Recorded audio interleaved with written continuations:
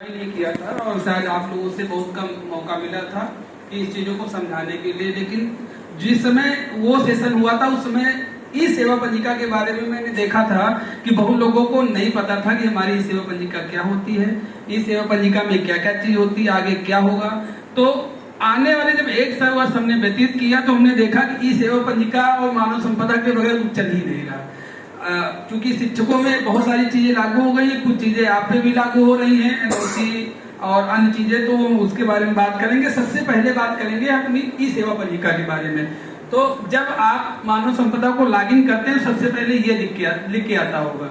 यहाँ पे बहुत लोग फंस जाते हैं कि इसके आगे नहीं बढ़ रहा है, तो इसके आगे बढ़ने के लिए रजिस्टर ग्रीवेंस पे आप क्लिक करेंगे तो आप देखेंगे कि एक नई विंडो खुल जाएगी। अब ये मैंने खुद अपनी विंडो खोल ली है, जो कि किसी का नहीं खोल के दिखाना है। अब क्या करेंगे, सबसे पहले देखिए ये पेज खुलता है, ठीक है। इस पेज में जैसे आपके कुछ गलती है तो आप सबसे पहले यहाँ सेलेक्ट करेंगे, ई सर्विस बुक डालेंगे। उसके बाद जैसे फादर नेम है या कुछ और चीजें गलत है, डेट ऑफ रिटायरमेंट गलत है या डेट ऑफ ज्वाइनिंग गलत है, तो यहाँ एक छोटे अक्षर मतलब कम शब्दों में इसको टाइप कर देंगे। उसके बाद एक रिफरेंस नंबर आता है। अब रिफरेंस नंबर में अगर आपके द्वारा पहले कभी ये संदर्भ संख्या डाला गया और वो अभी तक नहीं सही हुआ या वो डिस्पोज हो गया है तो आप उसका रेफरेंस नंबर यहाँ पे डालेंगे। उसके बाद चूज फाइल में जब जाएंगे तो आपसे वो मांगेगा कि जो आप कह रहे हैं इसका साक्ष्य कहाँ है।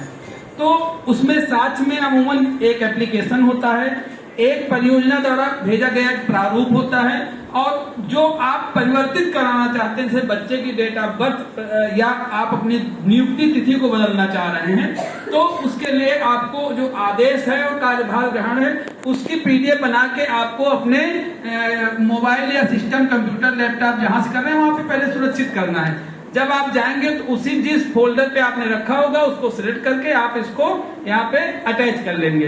अटैच करने के बाद जब फाइल आपकी यहाँ सबमिट हो जाएगी तो आप सबमिट कर देंगे तो आपका ये जो है ग्रीवेंस जो है रजिस्टर्ड हो जाएगा। यहाँ पे एक संदर्भ संख्या खुल के आएगी, उस संदर्भ संख्या को आपको अपने पास नोट कर लेना है।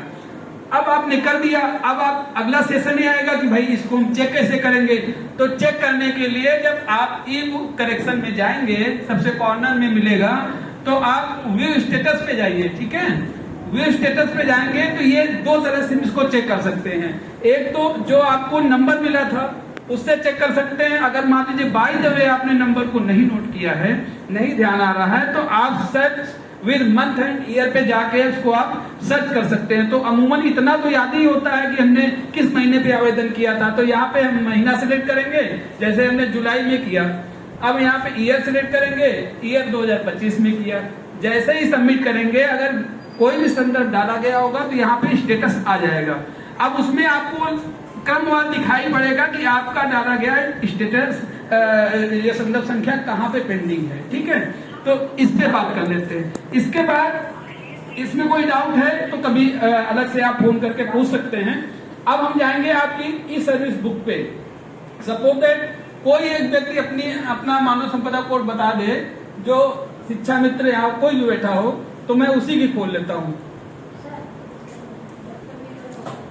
550921। कोई परेशानी तो नहीं आपकी अगर मैं यहाँ खोलेंगे? ये के चाबी एक मिनट, मोटरसाइकिल ऐसे सब लोग अपनी अपनी सेवा पंजिका को खोल सकते हैं। संभवतः आपने कोड नंबर गलत बताया, 550900 दोबारा डालते क्योंकि गलत जाती है।